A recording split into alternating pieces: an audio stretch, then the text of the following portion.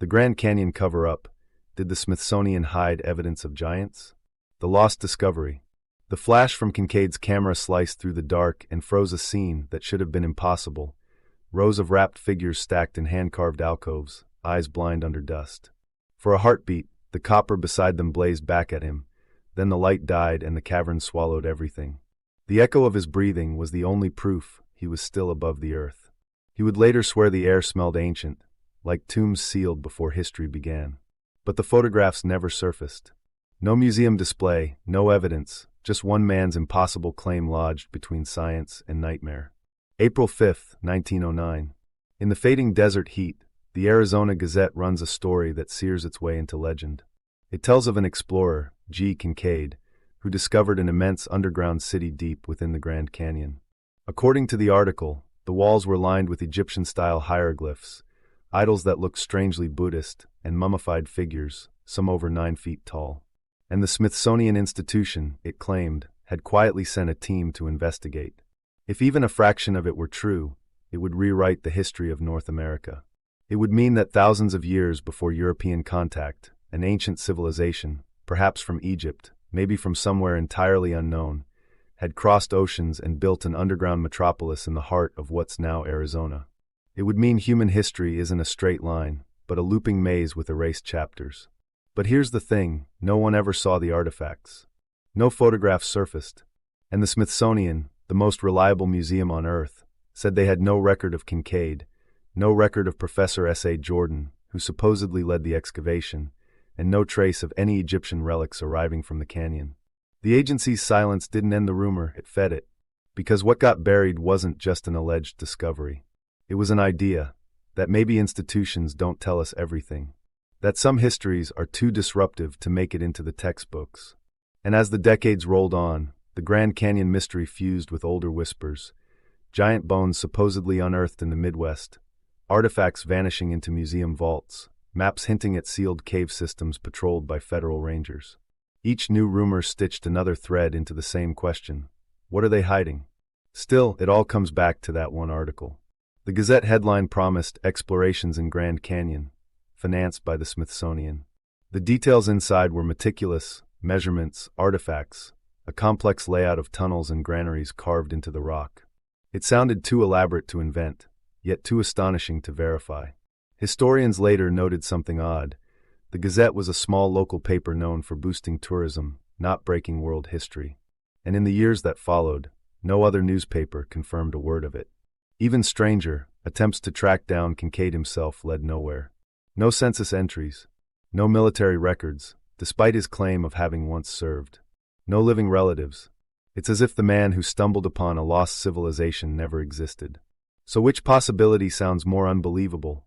That a lone explorer fabricated one of the greatest archaeological tales of the century, or that he stumbled onto something real, and someone made sure it disappeared? The Grand Canyon is vast enough to conceal both truth and legend. Hidden chambers, collapsed tunnels, restricted cliffsides. It's a place where reality blurs easily with story. Yet for more than 100 years, this single report has refused to die. Historians dismiss it, conspiracists guard it, and explorers still search the canyon walls for an opening that might lead to that fabled city. And maybe that's the reason people keep coming back to it. Because behind every accusation of suppression lies a spark of wonder. The chance that the ground under our feet holds evidence of civilizations older, stranger, and far more connected than we've ever been told. To understand what that article set in motion, we need to go back to where it all began. One man, a river, and a cave no one can find. The river and the reporter. G. Kincaid introduced himself in the most matter-of-fact way possible. A lone explorer drifting down the Colorado River, sketching rock formations and photographing the canyon walls for a museum back east. He claimed to be a seasoned outdoorsman, a hunter for mineral deposits, someone who'd spent years with government surveys. In the Arizona Gazette story, he comes across as level-headed, precise, almost scientific. And yet, no records of his existence have ever surfaced. Not in state archives, not in census rolls, not in any Smithsonian field reports. It's as if the moment the ink dried, he vanished into the same dust he described. According to the article, his expedition was simple at first. Equipped with basic provisions, a small wooden boat, and a Kodak camera, Kincaid followed the Colorado through the Grand Canyon's winding arteries. The story paints him as solitary, a man dwarfed by cliffs that rose nearly a mile above him, floating through a labyrinth carved by time itself. Then came the scene that would anchor a century of speculation. He said he noticed strange stains on the sediment wall, nearly 2,000 feet up. From the riverbed, they looked like mineral deposits. But curiosity got the better of him, so he climbed. When he reached the ledge, he found the opening, an oval-shaped mouth framed by dark stone. Behind it, a passage sloped downward into what seemed an artificially cut tunnel. And that's where Kincaid supposedly struck his match. The Gazette reporter described what that flickering light revealed. Long hallways branching from a main chamber, walls etched with unfamiliar writing, statues of figures resembling both Buddha and Osiris, and copper utensils lying neatly beside stone tables. Mummified remains lay in groups, men wrapped in some resinous substance, measuring far beyond normal human height. Kincaid estimated some were 9 feet tall. He called the entire network a subterranean citadel. To a reader in 1909, this story fell right at the intersection of science and fantasy. Egyptology was new, dazzling the public with visions of golden tombs and ancient magic. The Grand Canyon itself had only recently begun attracting tourists after the arrival of the railroad. And Americans were obsessed with the idea of uncovering lost worlds, Atlantis, Lemuria, vanished races that could explain colossal ruins across the globe. A story connecting Egypt with the American Southwest wasn't just entertaining, it was irresistible. The report didn't stop at a single discovery. It described chambers arranged in a grid, granaries filled with seeds, hooks that might have held torches, and an auditorium capable of seating 50,000 people carved into the rock. Every detail fed the imagination, a forgotten people thriving beneath the desert, advanced enough to quarry vast caverns yet secretive enough to disappear without trace. And then came the institutional anchor, the kind of detail that suddenly made it sound credible. The article claimed that the Smithsonian institution had been notified by telegraph. It said Kincaid was soon joined by a Professor S.A. Jordan of the Smithsonian's Department of Anthropology, who began organizing a full excavation. Box after box of relics, the story claimed, was shipped east for study. The reporter wrote that researches almost conclusively prove this race to be of Egyptian origin. But here's where the story takes its first odd turn. Even back then, no reporter could find this Professor Jordan. The Smithsonian had no record of him. Today, historians and librarians have searched every roster, every staff bulletin from the early 190s, nothing. The name doesn't appear anywhere in their archives. So either the Gazette fabricated him, or the professor existed only long enough to vanish. When readers picked up their papers in Phoenix that spring day, the story splashed across the front page like revelation. Yet no other paper followed it up. No wire service carried it. In an era when archaeological news spread faster than rumor, silence fell over the entire event. Why? Some historians think the answer is simple, a slow news cycle. Early 20th century journalists often filled space with adventure dispatches that blended fact, rumor, and fiction. Papers ran serialized travel diaries about explorers in uncharted lands, and readers knew they were half entertainment. The Grand Canyon had become a symbol of mystery, a natural stage for human myth-making. But still, this article read differently. The technical detail, the tone of first-person authority, the measurements, these weren't standard fantasy tropes. That realism made people wonder whether an actual explorer had at least inspired the piece. Maybe there really was a miner or surveyor named Kincaid who stumbled upon something he couldn't fully explain. Or maybe the reporter, knowing public appetite for mysteries, dressed up an ordinary cave story as revelation. What's fascinating is that the Gazette never retracted it, never issued clarification, never even mentioned it again. One publication date, one headline, and silence. The next issue went back to local business and social columns, as if the entire underground city had evaporated overnight. And yet, whispers began. Travelers claimed park rangers warned them about restricted caverns. Treasure hunters passed down folded maps showing sealed tunnel zones. In bars around Flagstaff, stories spread that Kincaid had been bought off, that a federal agency had declared the site off limits. None of it documented, all of it repeating the same question. If it was only a hoax, why erase every trace of the man who told it? Meanwhile, the early 20th century's fascination with Egypt kept soaring. Just a decade later, Howard Carter would open Tutankhamun's tomb and set the world aflame with gold-filled imagery. That wave of Egyptomania made Americans look back at the Kincaid story with new eyes. Maybe the canyon didn't hold an entire Egyptian colony, but what if it hinted at ancient contact, long-distance voyagers, or lost knowledge sealed away? Even skeptics found it peculiar how thoroughly Kincaid and Jordan disappeared. Archivists checked military rosters, U.S. Geological Survey expeditions, even steamboat crew lists, no matches. Modern researchers call the story a ghost in the record, a product of yellow journalism. Yet every decade someone new heads into the canyon hoping to stumble upon an opening high above the river, an entrance that shouldn't exist. Because deep down, everyone who reads that 1909 article feels the same tug, the thrill of a secret layered within the earth itself. The sense that maybe, somewhere along that endless river, an explorer did step into a shadowed hall and saw something carved before a remembered history began. But soon after the story appeared, the trail went cold, and the men behind it seemed to vanish with it. The vanishing explorers. When the Arizona Gazette hit the shelves, it was like a spark tossed into dry grass. Yet just as fast as it flared, it went dark. No follow-up edition. No confirmation.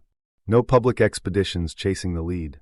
For a story that should have shaken the archaeological world, its silence afterward feels eerie, like a discovery sealed at the moment of birth. People who tried to trace Kincaid's trail quickly hit a wall. Researchers combed through census lists, army enlistment cards, geological survey rosters, even the Smithsonian's own expedition logs.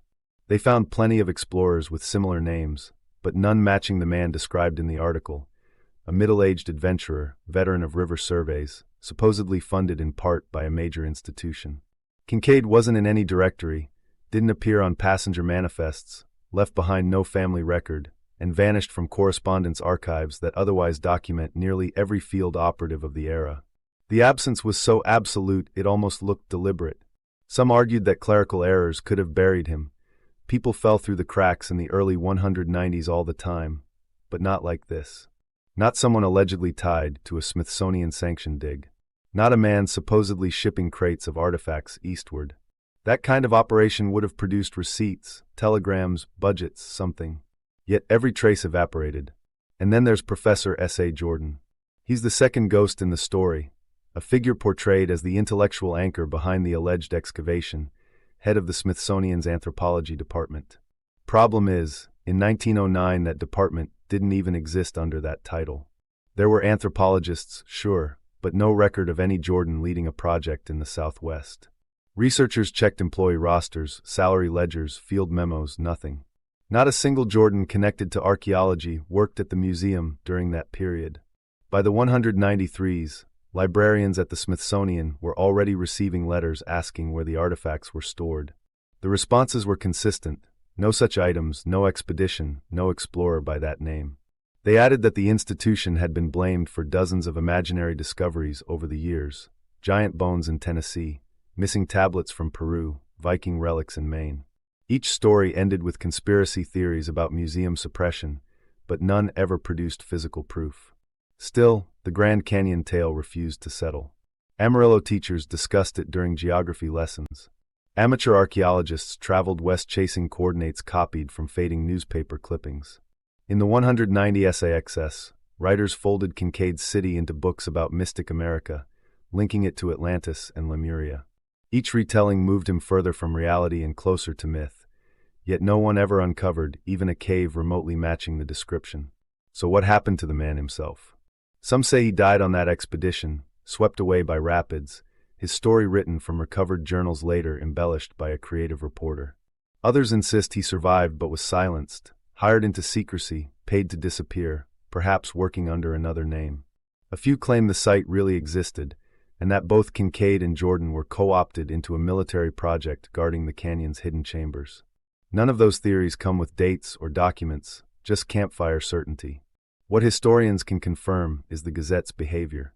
The editor on record, a man named H.B. Henderson, left no notes from that period. Surviving issues show that most of the paper's articles came from wire services or local announcements. The Kincaid piece is the only one in that year's archive to carry no byline. Its tone is descriptive but detached, suggesting it might have been rewritten from a letter or second-hand account. 1. Archivists later said the original print copy was composed entirely of typeset reruns, meaning the text arrived pre-formatted. almost certainly from an anonymous submission. That adds another layer to the mystery. Maybe there never was a reporter in contact with Kincaid at all. Maybe the explorer and his discoveries were the invention of a freelancer never identified by the paper. But even if so, where did that freelancer get the scientific precision of the descriptions? The measurements of mummies, the dimensions of chambers, the reference to granaries. Those weren't random. That language belonged to archaeology. Local historians have another idea. Around 1909, prospectors in northern Arizona occasionally told stories about old cliff dwellings or cave burials. It's plausible that one of those stories evolved into something grander in the retelling, drawing on public fascination with Egypt and newly discovered mummies in Peru. A decent writer could have combined those threads into a single narrative designed to sell copies. That explanation fits the evidence, but not everyone's satisfied. Some point out that the Gazette was a small operation with limited reach. If the story was only meant as fiction, why frame it as Smithsonian verified science when readers couldn't easily check it? Unless that name was included intentionally to lend authority. Perhaps because someone wanted the institution itself to respond. And respond it did. Within months, Smithsonian staff were fielding questions, and their official line, "We have no record of Kincaid, nor any Egyptian relics from the Grand Canyon," became the cornerstone of both skepticism and conspiracy. The more firmly they denied it, the more believers assumed suppression. What modern investigators find intriguing is the vacuum of follow-up reporting. No correction, no ridicule, not even letters to the editor challenging plausibility. It's as if the community agreed to forget it overnight. That collective silence only added fuel to the idea that someone higher up had stepped in. Today, every serious researcher who revisits the tale ends up confronting the same paradox. There's no physical evidence, no official expedition, and no living witness, yet the story endures with the persistence of fact. People have crossed oceans chasing the possibility that a century-old newspaper clipping covered something genuine. And maybe that's what keeps Kincaid's name alive. Because if he never existed, then who created him with such precision? And if he did exist, how could an entire nation's record-keeping erase him so completely? Whether the journalist lied, the explorer drowned, or the Smithsonian sealed more than just archives, one thing's certain: the paper trail ends exactly where the mystery begins. And that absence, that gaping hole in the record, is what keeps the legend breathing. Even now, hikers search the canyon's forbidden ledges and fissures, hoping to find the entrance he described. They rarely find more than shadows, but every shadow there feels meaningful. Because the truth, if it ever lived, is still hiding somewhere behind those walls of stone, waiting for the next explorer who refuses to vanish. The Smithsonian silence. For more than 100 years, the Smithsonian Institution has stood as the ultimate guardian of scientific truth, a temple of knowledge built on catalogs, measurements, and facts. So when people first wrote to ask about Kincaid, they expected clarity. What they got instead was absence. No forms, no crates logged in transit, no explorer by that name working under their banner. It wasn't even a close call. Every corner of the official record came back blank. The institution's first documented response to the rumor came decades later, when staff began compiling a list they called persistent myths. There, next to legends about buried giants and lost Viking tablets, sat one sentence in calm bureaucratic type: "The Smithsonian discovered Egyptian ruins in the Grand Canyon." Fact, it didn't. That should have ended the story. But the denial only deepened the mystery, because its tone, flat, dismissive, offering no detail, sounded exactly like what believers imagined a cover-up would sound like. By the mid-century, letters from amateur historians filled the museum's mailroom. People demanded to know what happened to Kincaid. Others asked if the cave site had been sealed for public safety. Internally, archivists wrote polite replies explaining that, despite endless inquiries, no documents existed. Externally, however, the silence felt strategic. Critics said the Smithsonian was protecting its narrative, the idea that North America's first civilizations developed independently of the Old World. Admitting an Egyptian presence would upend that timeline, forcing textbooks to rewrite the entire Pre-Columbian chapter. And skeptics of the skeptics noticed something else: the perfection of the rebuttal.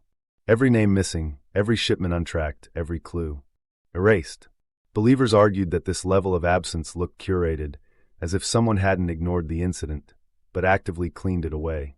If you wanted to erase a moment from history, they said, it would look just like this: immaculate non-existence. Inside the museum, curators pressed on with legitimate research. They were dealing with real artifacts, Puebloan pottery, ancient textiles, fossils. Yet outside those marble walls, Kincaid's city kept rising again in rumor. Conspiracy writers claimed insiders had spoken off-record about sealed vaults beneath the museum, filled with anomalous bones and relics incompatible with modern anthropology. No credible evidence ever surfaced, but imagination doesn't need proof to thrive. That's when the story of the Grand Canyon merged with an older legend, the alleged giant bones suppressed by museums. 19th-century newspaper archives are littered with reports of massive skeletons found in burial mounds across the Midwest. Femurs the length of a man's arm, skulls twice normal size. Some of those reports came from small-town papers competing for readers, some from local antiquarians later exposed as hoaxers. Yet by the 194s, these stories fused with Kincaid's, suggesting the Smithsonian not only hid Egyptian mummies from Arizona, but destroyed giant remains shipped from across the country. From the institution's perspective, this was absurd. Their curators relied on federal funding and academic transparency.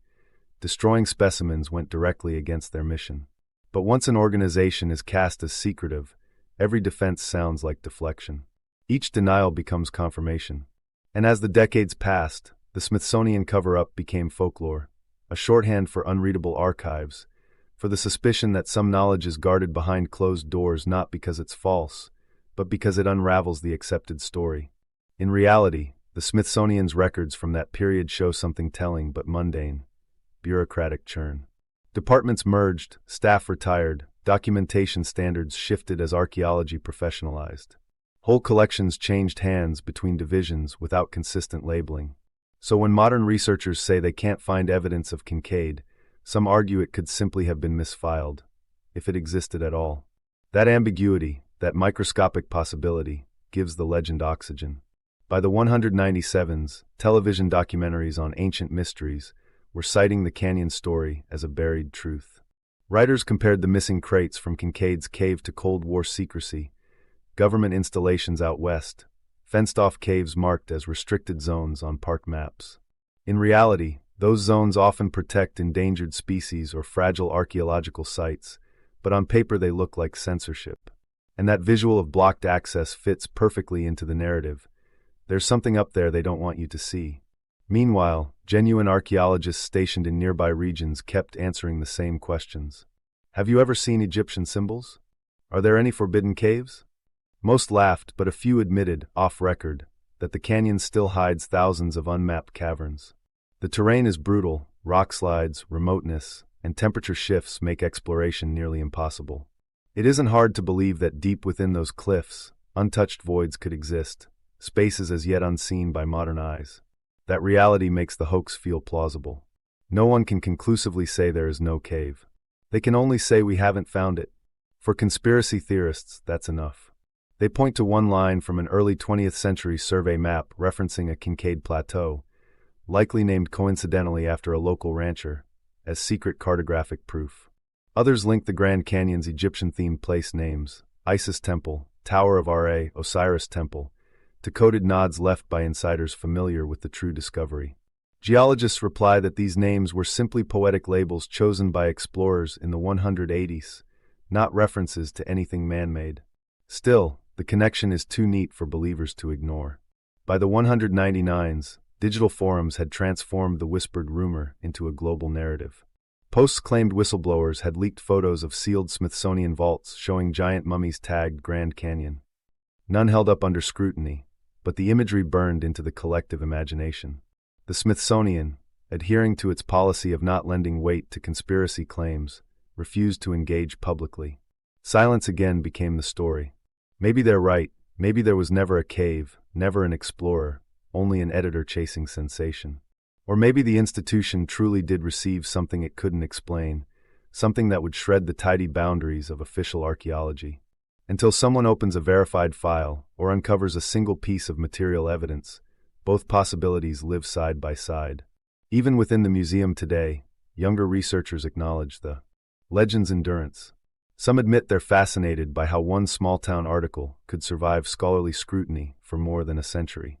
They study it as a sociological phenomenon, a case study in how institutional reticence breeds myth.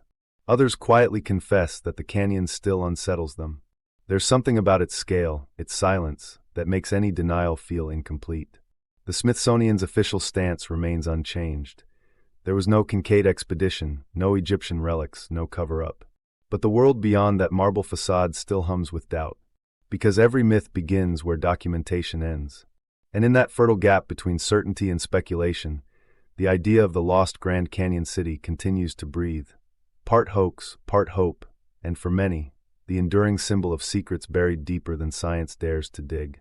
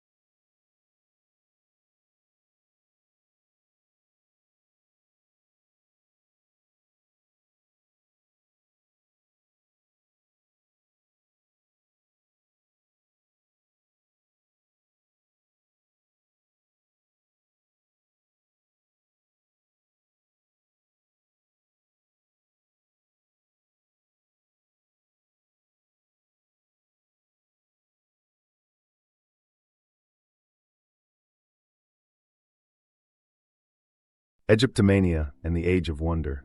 By the turn of the 20th century, America was drunk on discovery. Ancient tombs filled headlines, seances promised contact with distant ages, and newspapers blurred the line between field reports and fantasy, just to keep circulation climbing. Into that maelstrom came the story of Kincaid's lost city, perfect fuel for a culture that believed the world still hid biblical secrets beneath its skin. Long before Cairo's treasures dazzled movie screens, the word Egypt had a hypnotic pull. Museums staged exhibitions of gilded masks and papyrus scrolls. Department stores draped their windows with painted obelisks. Archaeology wasn't a slow, methodical science yet, it was adventure. Every new dig seemed to confirm the idea that technology and mysticism once walked hand in hand. Newspapers called it Egyptomania, a fever that made mummies fashionable and hieroglyphs a marketing tool.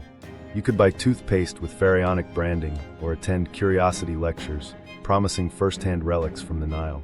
So when a local Arizona paper claimed that Egyptian-style artifacts had been found in the Grand Canyon, readers didn't doubt the possibility, they expected it.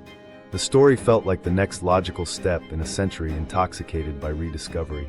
America had just finished building railways that reached the West's wildest frontiers. Now it wanted to excavate time itself. Add a dash of mysticism, a suggestion of buried giants, and the nation's appetite for wonder did the rest. Journalists knew the formula. Big discoveries sold bigger than more news.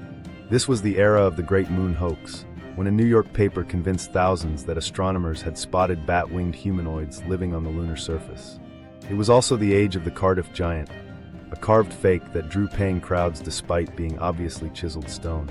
Audiences didn't need proof, they needed a thrilling maybe. The Grand Canyon story offered precisely that: science wrapped in myth, delivered with the casual authority of fact. Beneath the spectacle, something genuine flickered. Western civilization was redefining its own timeline. Scholars were rewriting history with every new tomb opened in Egypt and every tablet unearthed in Mesopotamia.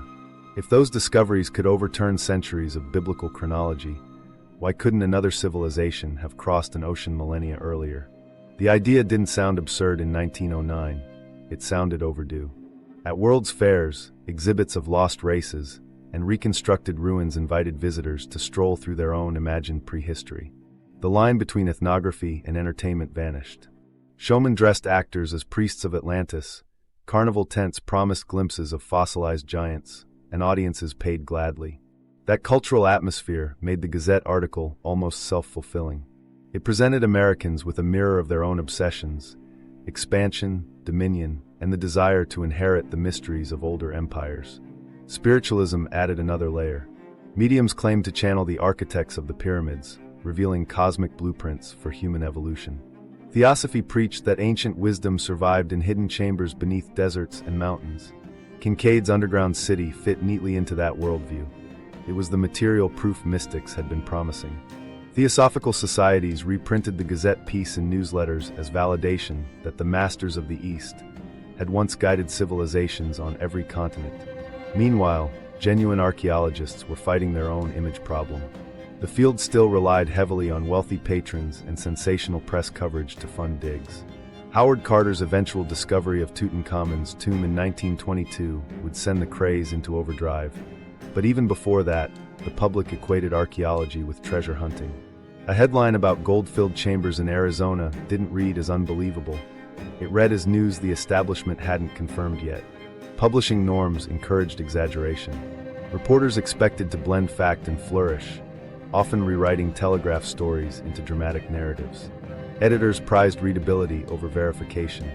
If an expedition didn't exist, inventing one harmed no one, and the legend might still inspire tourism. Western rail companies funded similar tales to lure travelers toward their scenic routes. The Grand Canyon's emerging status as a national wonder made it the perfect setting for a myth lucrative enough to print. Yet even within the spectacle, the story lent voice to something deeper. A cultural anxiety that modern progress had cost humanity its connection to mystery. Industrial lights were brightening cities, but they also made the night sky vanish. Ancient ruins promised the opposite, a world driven by symbols instead of smoke. When readers imagined Egyptian priests carving tunnels beneath the canyon, they were really dreaming about recovering lost meaning in a mechanized age. Historians today describe that period as the Age of Wonder, an in-between era when science hadn't yet shut the door on magic. Airplanes were new, X-rays looked like sorcery, and scholars speculated about life on Mars without irony. Against that backdrop, the idea of transoceanic Egyptians sounded almost rational. If invisible rays could pass through flesh, why couldn't ancient sailors cross unknown waters?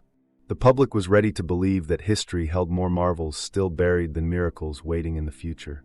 Culturally, the myth also carried a strain of imperial nostalgia. Western nations measured their own achievements against imagined golden ages.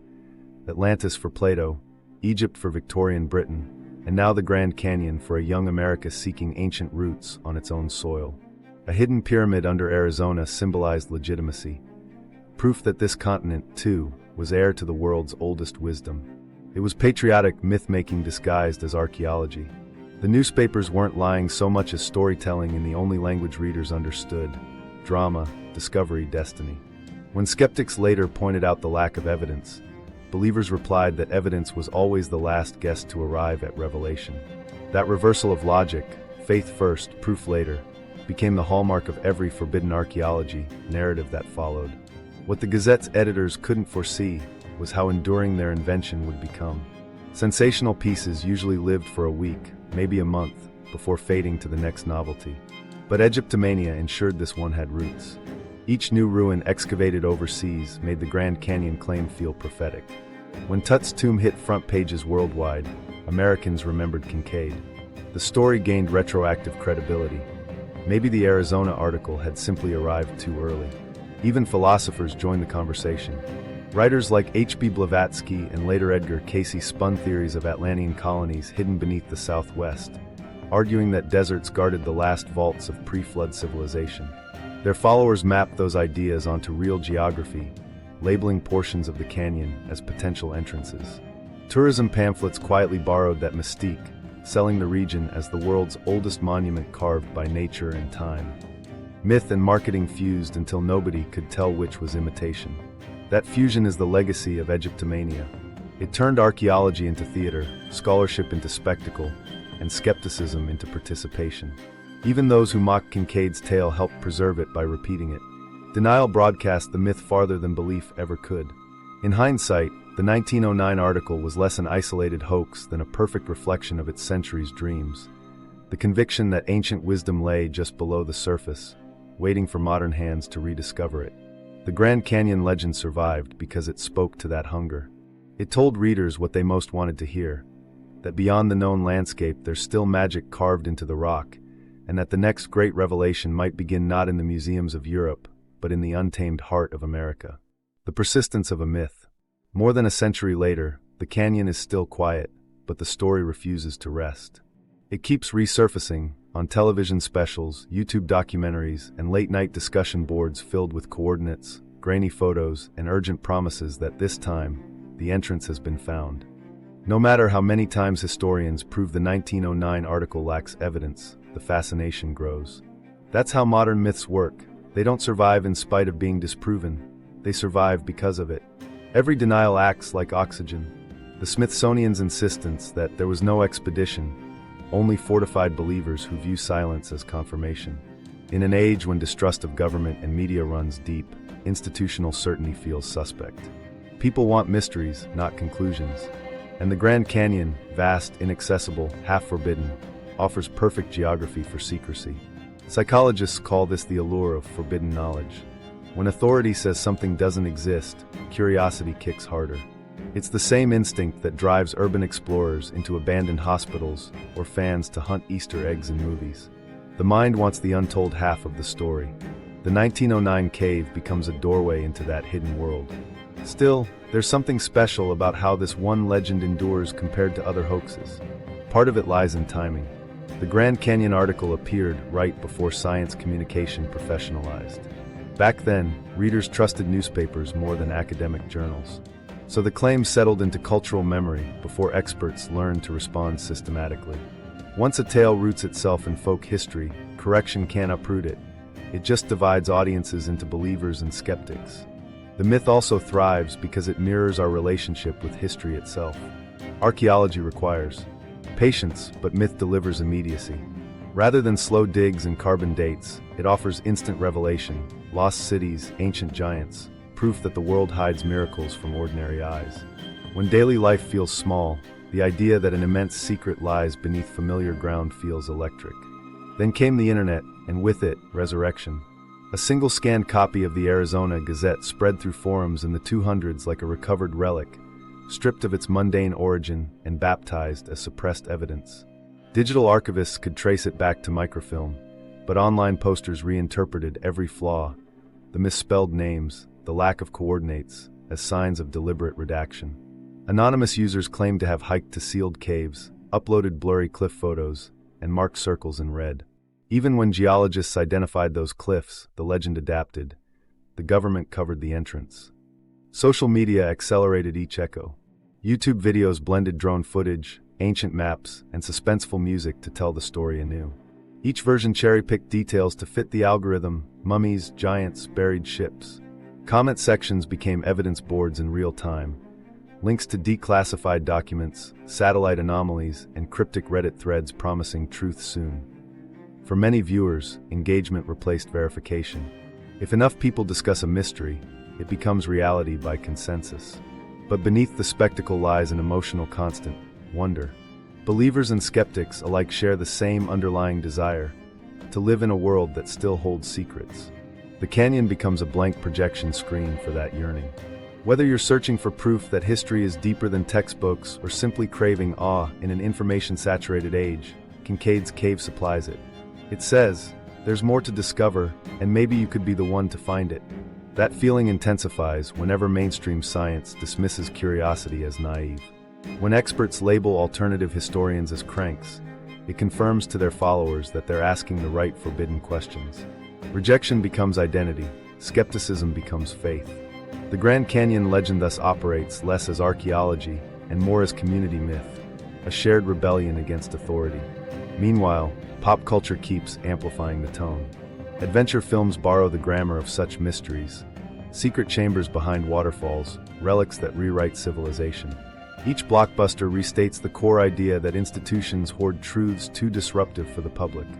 Those narratives bleed back into real-world perception. So when someone reads about sealed caves on official maps, they already know the script: discovery, denial, revelation. It's cinematic pattern recognition applied to reality. To complicate matters, parts of the canyon are indeed off-limits. Protected archaeological and ecological zones require permits rarely granted. That legitimate regulation looks, on video, like military exclusion. Drone operators film restricted warnings, frame them dramatically, and the legend gains new B-roll labeled as proof of ongoing suppression. Irony aside, such content keeps historical curiosity alive. People who'd never read a textbook suddenly research sedimentary geology just to argue online. Hoax or not, the myth educates through fascination. Academics studying digital folklore note that stories like Kincaid's evolve like living species. Each retelling mutates, shedding disproven details, adopting credible ones. Modern versions drop overtly Egyptian claims and replace them with lost civilization theories, Atlantean refugees, or evidence of ancient high technology. The scene stays the same, a hidden city in the canyon, but the cast changes to match new global conspiracies. It's myth adapting to fit modern anxieties. And maybe that's why it feels current again. In a world of data surveillance and algorithmic censorship, the idea of a truth physically sealed away resonates at a gut level. We suspect that knowledge itself is managed, that what we can see depends on what someone else allows. The canyon becomes metaphor, a landscape of controlled access, both literal and intellectual. Yet not everyone approaches it conspiratorially. A quiet subset of researchers explores the story anthropologically, seeking to understand why people worldwide keep rediscovering the same archetype: the buried civilization containing wisdom lost to time. Some see it as a psychological mechanism, a yearning for continuity in an uncertain age. Believing that the past once held answers makes the present's complexity feel survivable. Ultimately, the Grand Canyon myth persists because it bridges opposites: skepticism and spirituality, nationalism and universalism, fear of authority and faith in discovery. It tells Americans that their own land hides antiquity equal to Egypt's sands. It tells dreamers everywhere that evidence still hides in plain sight, waiting just beyond verification. And, paradoxically, its lack of proof is what ensures its immortality. A confirmed discovery would end the story. Unconfirmed, it lives forever. When you stand at the rim at dusk, the canyon's depths look bottomless. Shadows stretch like stairways descending into another world. The wind hums faintly through invisible corridors, whispering what might be imagination or memory. You can almost hear Kincaid's camera flash echoing. One brilliant moment, then darkness again. That's the myth breathing, alive every time someone wonders, what if the light had stayed on just a little longer? Hidden histories and lost civilizations. Across continents and centuries, humanity has kept rediscovering the same question in different disguises. What came before us, and how much of it did we forget? The Grand Canyon story might sound like a local curiosity, but it sits inside a global pattern of myths, monuments, and anomalies that refuse tidy explanations. Whenever archaeology redraws the past, a shadow version reasserts itself, whispering that older civilizations reached heights we can barely imagine. Think about Göbekli Tepe in Turkey, buried deliberately around 950 BCE. When it surfaced in the 199s, a ring of sculpted pillars older than agriculture, it upended textbooks overnight.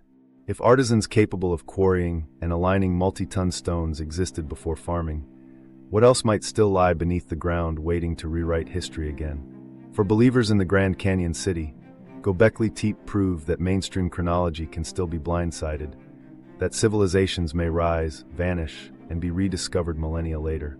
Travel further west, and the pattern continues. In Lebanon stands Baalbek's Trilithon, 3 megalithic blocks weighing over 800 tons each, fitted so precisely that no wedge can slide between them. Archaeologists date their placement to the Roman era, yet the foundation beneath remains mysterious, suggesting earlier builders whose techniques elude reconstruction. That gap between clear evidence and unexplained ability breeds stories. People look at those stones and think, maybe the same class of forgotten engineers left their mark in Arizona too. Far south, on the islands of Malta, another enigma sits in plain sight.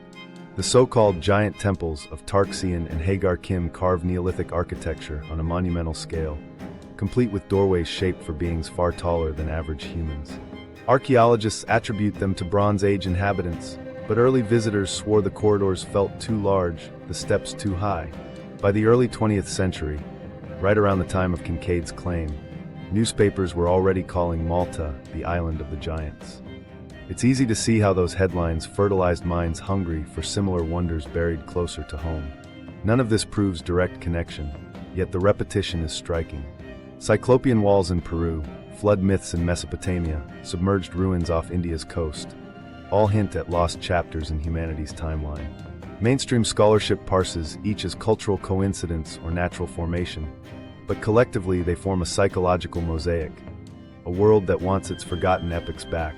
And the Grand Canyon, vast and unmapped, feels like the next missing tile in that mosaic. Alternative historians trace the overlap further, linking these sites through catastrophes said to have reset civilization. Ancient texts from multiple continents describe a deluge, a sky fire, or a tilt of the earth that erased prior knowledge. They argue that stories of giants, advanced ancestors, and underground refuges all stem from collective memory of survivors hiding during those cataclysms. The notion sounds romantic, but even mainstream geology concedes Earth has endured recurring extinctions and climate shifts that could shatter cultures overnight. When each wave of humanity rebuilds, the survivors may remember only fragments, the way myth remembers trauma. Viewed that way, Kincaid's supposed underground metropolis reads like an echo of that deeper memory, a sanctuary carved beneath rock while chaos reigned above. It mirrors flood legends from the Hopi to the Sumerians, each describing beings who waited below until the world was safe again. Maybe that's coincidence, or maybe it's the persistence of a story older than any nation. In mythological terms, the Grand Canyon becomes America's own underworld gate, a counterpart to the pits and catacombs described in creation myths everywhere. This is where the line between science and storytelling thins. Archaeologists dig for tangible artifacts, mythologists dig for patterns. Both uncover pieces of the same puzzle from different angles. When one discipline declares a fragment impossible, the other reclassifies it as metaphor, ensuring no discovery truly dies. It simply changes category. The 1909 article may not record a factual find, but it preserves an archetypal one. The dream of descending into the earth and meeting our forgotten ancestors face to face. Consider how that dream recurs in distant sites.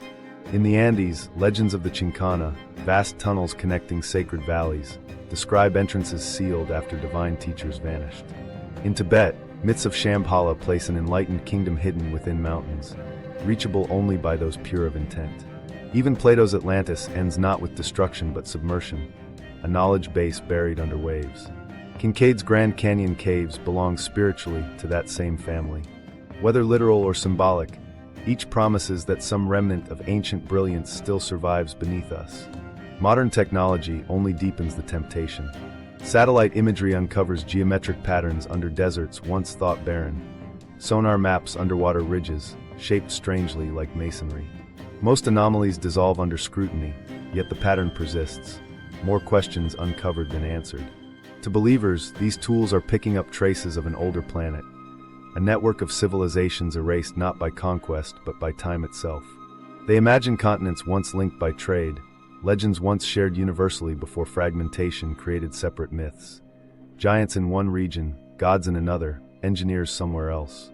Strip away language, and each describes scale beyond human limitation. Compare that to the canyon's proportions. Standing at the rim, looking down through nearly 2 billion years of exposed strata, it already feels like a monument constructed by colossal hands. You don't need giant masons for the landscape to evoke them. The geology itself performs the myth. Nature built the perfect altar for the idea of hidden civilizations long before newspapers turned it into a headline. Still, skepticism serves its purpose. For historians, parsing legend from evidence preserves credibility. For dreamers, resistance keeps fascination alive. Every official dismissal forces mythology to evolve, reaching for broader connections. That's why, over time, Kincaid's cavern shifted from a local oddity to a node in a global network linking Baalbek, Malta, and Göbekli Tepe. It transformed from hoax to hypothesis, maybe not Egyptian settlers, but remnants of an antediluvian world space scattered after catastrophe. Among those who chase such possibilities, a quiet mantra recurs: absence isn't non-existence, it's erosion. In deserts and river valleys, erosion erases nearly everything eventually. Yet memory endures, encoded in legend. So perhaps the real archaeology here isn't physical but narrative.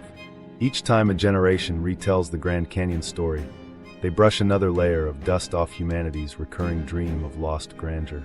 And maybe that's the true significance of these hidden history myths. They remind us that curiosity itself is ancient, that long before satellites or carbon dating, humans already stared into abysses and imagined who might dwell there. Whether those inhabitants were gods, giants, or ancestors with forgotten science doesn't matter. What matters is that we're still asking their question. Because every canyon, every ruin, every whisper of an unrecorded civilization pushes against the same edge of understanding. We know astonishingly little about how often the world has begun again. The Grand Canyon legend endures not because it's provable, but because it feels archetypal, a local doorway into humanity's collective amnesia. Somewhere between the factual strata and the mythic ones lies the faint print of civilizations that might have walked before us. Proof perhaps not of giants in the flesh, but of the giant imagination that refuses to let the past stay buried. The mystery remains. Standing at the rim, the canyon feels endless, rock, wind, and shadow layered like time itself. Everything fades except the question that has haunted this story for more than a century. What really happened in 1909? Was it a hoax spun from the fever of Egyptomania, or a discovery too strange to survive the daylight of academia? The truth, like the canyon's depths, remains obscured by distance and silence. Start with what we know. No verified record of Kincaid exists in any archive, military or civilian. No Professor S.A. Jordan ever worked for the Smithsonian. No crates of artifacts matching the Gazette description appear in shipping manifests. By every conventional measure, the case is closed. Yet the story's persistence refuses closure. It continually reopens itself inside that void. Human memory, after all, clings harder to wonder than to evidence. We forget proofs but remember possibilities. The Smithsonian's denial remains crisp and unwavering. There was no expedition, no Egyptian ruins, no giant mummies. And yet, amid that certainty, its own archives still hold unsorted expedition notes, mislabeled crates, and signed photographs. Perfectly ordinary paperwork, but enough to keep imaginations working overtime.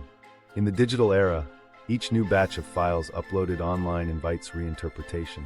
A blurred image becomes a missing link, A misfiled report turns into the phantom shadow of a suppressed truth. That's the paradox. The longer the institution speaks with authority, the more people listen for what isn't said.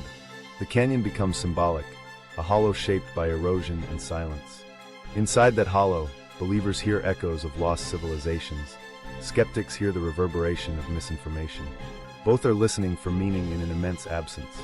For those who stand outside the academic consensus, the story represents more than a single missing cave. It's about the fragility of history itself. Archives burn, paper decays. Each generation writes over the last. If knowledge can vanish from a national institution, what hope does personal memory have? Pursuing Kincaid's trail becomes a form of resistance, a refusal to let official forgetting overwrite individual curiosity. Yet even the skeptics find beauty in the myth. It invites us to imagine what we might feel if it were true. If behind one of those sealed fissures lay halls lined with copper idols and statues older than language. The legend performs an emotional experiment. It asks, how would our sense of time change if humanity weren't the first? Would we see ourselves as brief visitors on a planet that has already hosted older masters? Those speculative chills are the very fuel that drives myths to outlive their makers. Modern explorers who chase the story rarely claim to expect proof. What they want is contact, the chance to walk where imagination meets possibility. Some hike 30 miles into side canyons carrying metal detectors and cameras, searching for openings visible only from a single angle at dusk. They know they might return with nothing, but the quest itself feels like inheritance. The journey validates the dream that more remains hidden than revealed. And maybe, standing there under the same cliffs that inspired Kincaid's alleged climb, that faith is enough. Museums and storytellers operate on opposite currencies. One demands verification, the other thrives on belief. But sometimes, those currencies exchange value. Many young archaeologists cite legends like the Grand Canyon Cave as their first spark of inspiration. They enter the field to separate fact from folklore, but along the way, they learn that mystery is what keeps discovery alive. Even debunked tales perform cultural service. They remind society that ignorance isn't failure, it's invitation. The canyon itself seems aware of this duality. At sunrise, the walls glow gold as if lit from within. By dusk, they darken into ink. Every pattern of light reveals and conceals simultaneously. The place teaches patience, the same patience history requires when confronting the unknown. Perhaps that's why the legend endures not as accusation, but as metaphor. A story about looking into depth and choosing to wonder rather than turn away. Technologically, we might eventually map every inch of stone. Drones may soon read the canyon's surface like an open book. But comprehension doesn't guarantee closure. The moment explorers declare they've explained everything, new questions slip in through the cracks. Myths thrive precisely because they describe something evidence cannot quantify: the human thirst for belonging in an ancient narrative. Whether that narrative features gods, giants, or lost engineers, it satisfies the same ache: to believe we're part of a saga older than ourselves. So the Smithsonian's denial, the skeptics' rebuttals, the believers' pilgrimages, all form a single ecosystem sustained by curiosity. Each side needs the other. Without skepticism, the myth stagnates. Into superstition, without mystery, science risks arrogance. The canyon keeps them in balance, reminding both that humility is the path toward knowledge. Maybe Kincaid never lived, and the photos never existed. Maybe the cavern was a metaphor penned by a bored journalist on a slow news day. Yet some truths hide inside fictions. The rumor exposes our hunger for connection, to the planet, to the past, to something vast enough to dwarf our daily certainty. Standing before that immensity, disbelief and faith blur until they're indistinguishable. So yes, the evidence says no, but the wonder says maybe. And in that tension lies the real story, a century-long conversation between reason and imagination, both refusing to yield. The canyon doesn't care which side you take, it only keeps echoing the question back, what if? Because some mysteries don't need solving to matter. They function as mirrors, showing us who we are when faced with the infinite. The Grand Canyon legend reminds us that exploration is never just external. It's the measurement of our own curiosity against the scale of the unknown. Every era has its forbidden chamber. Every culture builds a myth around what it cannot yet explain. The difference now is that we can trace ours with pixel-perfect imagery, and still the heart insists on magic. That contradiction defines us as species, rational minds haunted by poems sleeping in stone. So when companions ask, Did they really find giants under the canyon? The honest answer might be simpler. They found a question big enough to survive 100 years. Proof may never surface, and the Smithsonian's vaults may stay quiet, but the legend's real treasure is endurance. The fact that we're still talking about it at all. Maybe the lost city never existed in sandstone or copper, only in our collective imagination. But if myths are vessels for longing, then the Grand Canyon holds one of the largest amphorae ever carved. Its silence invites every generation to pour new wonder into it. And until someone seals that silence with certainty, the mystery remains, alive as rumor, sacred as possibility, and necessary as breath. What they left behind. Some stories outlive the people who told them. The 1909 legend of giants beneath the Grand Canyon has lasted longer than both the newspaper that printed it and the institutions accused of hiding it. Over a century later, it still breathes in online threads, late-night conversations, and the quiet hum of curiosity that drives explorers toward the impossible. That endurance, more than any artifact, might be the real discovery. Because myths don't need marble halls or copper idols to matter. They need believers willing to listen for echoes in the dark. Every generation that revisits the canyon inherits a choice. Dismiss the story as exaggeration, or treat it as a riddle left by history itself. Either way, the result is movement, questions rippling outward through time, shaping how we see our own reflection against those walls of ancient stone. When archaeologists speak of lost civilizations, they mean cities erased by flood or sand. Yet the most enduring ruins are intangible. They're the fragments of imagination that survive every debunking, every forgotten name. In that sense, Kincaid's underground city may never have existed physically, but it exists fully now, as a symbol of the human hunger to push beyond official edges. The canyon didn't bury proof, it preserved wonder. That wonder still calls people back. Hikers trace rumored coordinates, journalists reopen archives, and scientists recheck their data, each chasing the same phantom glint that Kincaid described. Maybe they'll find nothing but empty rock. Or maybe, in the silence of those cliffs, they'll feel what he might have felt, that brief, electric certainty that some hidden truth breathes just ahead of the lantern's reach. The Smithsonian's records stay clean, the evidence uncompromising, yet the legend's hold won't break. It circles that paradox every great mystery lives on. The more thoroughly you explain it away, the more it compels belief. The canyon has become a mirror of our collective psyche, measurable in rocks, immeasurable in meaning. Its strata reveal geology, its shadows reveal us.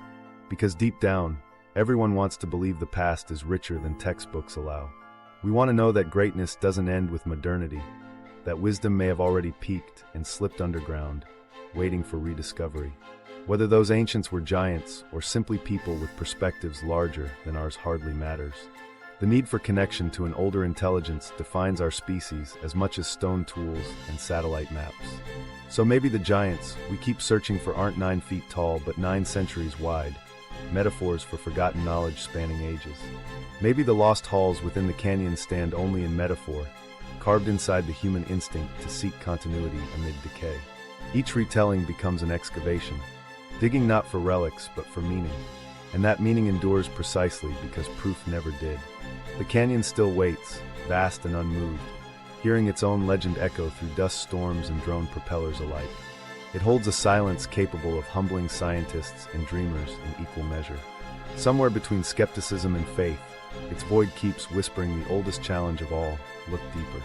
Some stories refuse to die because they speak to the part of us that still wonders what came before. Maybe Kincaid's cave was fiction, maybe it was prophecy.